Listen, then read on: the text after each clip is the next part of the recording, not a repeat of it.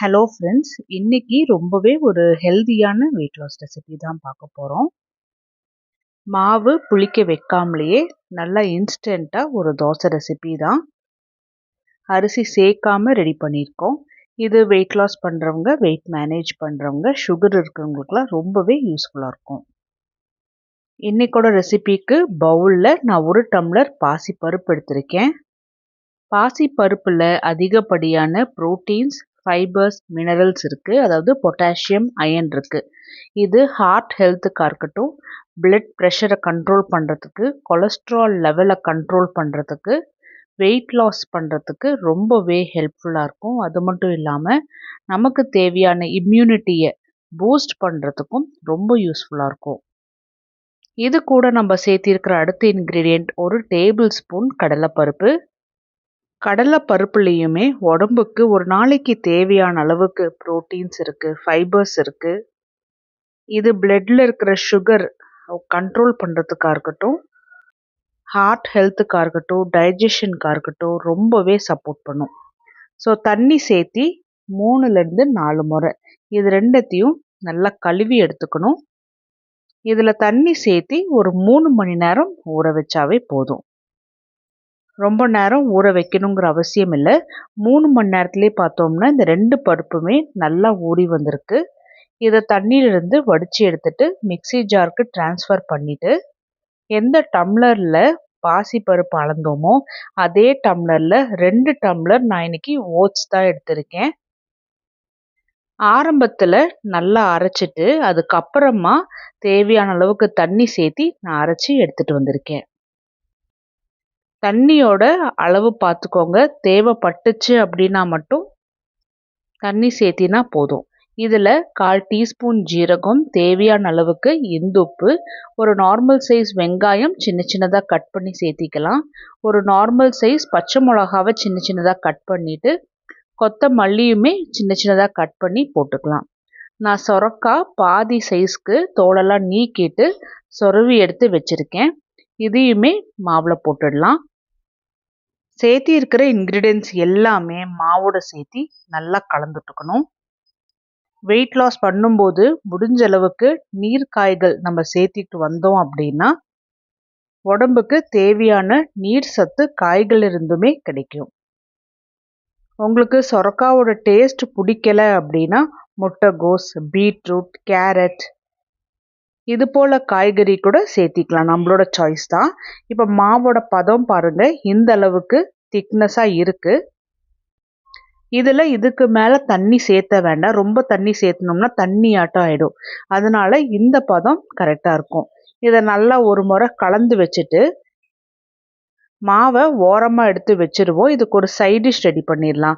இன்றைக்கி நான் ப்ரோட்டீன் ரிச்சான ஒரு சிக்கன் கிரேவி தான் ரெடி பண்ண போகிறேன்.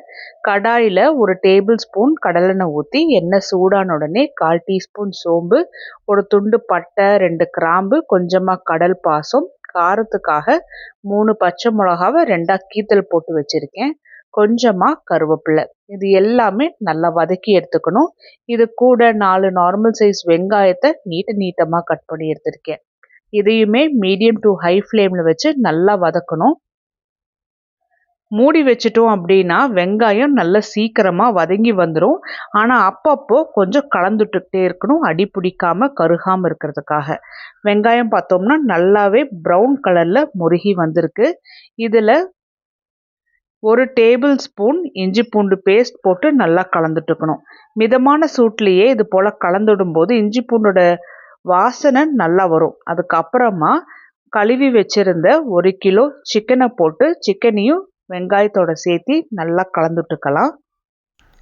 போடும்போதே கூடவே மசாலாவும் போட்டுட்டோம் அப்படின்னா சிக்கனில் மசாலா நல்லா பிடிச்சிக்கும்.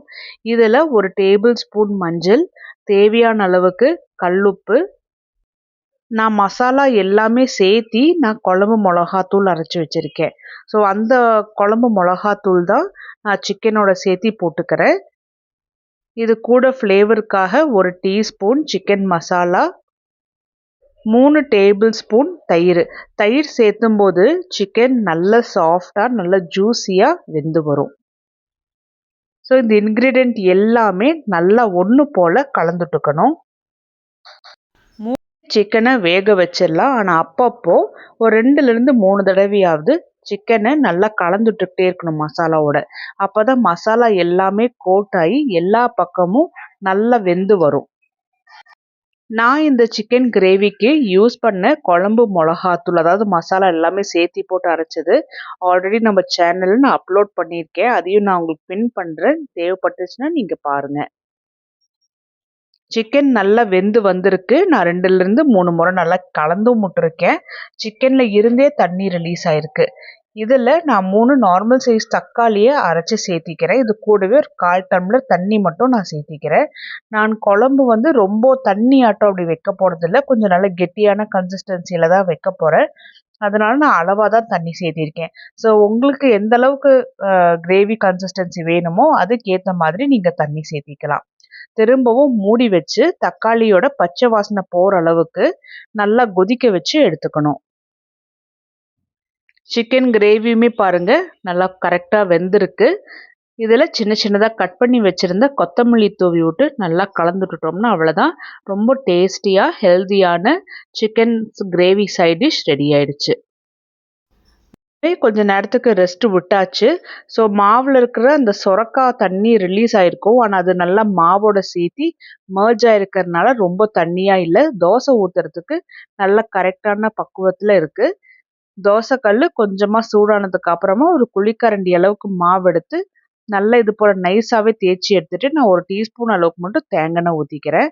ஒரு பக்கம் வெந்ததுக்கு அப்புறமா இன்னொரு பக்கம் வேக வச்சுக்கலாம்.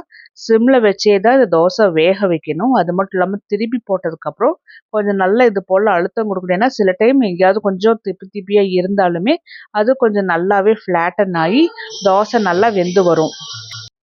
தோசை 2 பக்கமும் நல்லா முழுமையாக வெந்திருக்கு. இந்த தோசை ஒன்று சாப்பிட்டாவே போதும். நல்ல ஒரு ஸ்டொமக் ஃபில்லிங்காக இருக்கும். ரொம்ப நேரம் பசி எடுக்காமலும் இருக்கும். ஸோ அரிசி சேர்க்காம தான் நம்ம இந்த தோசை ரெடி பண்ணியிருக்கோம். அதுவும் இன்ஸ்டண்ட்டாக.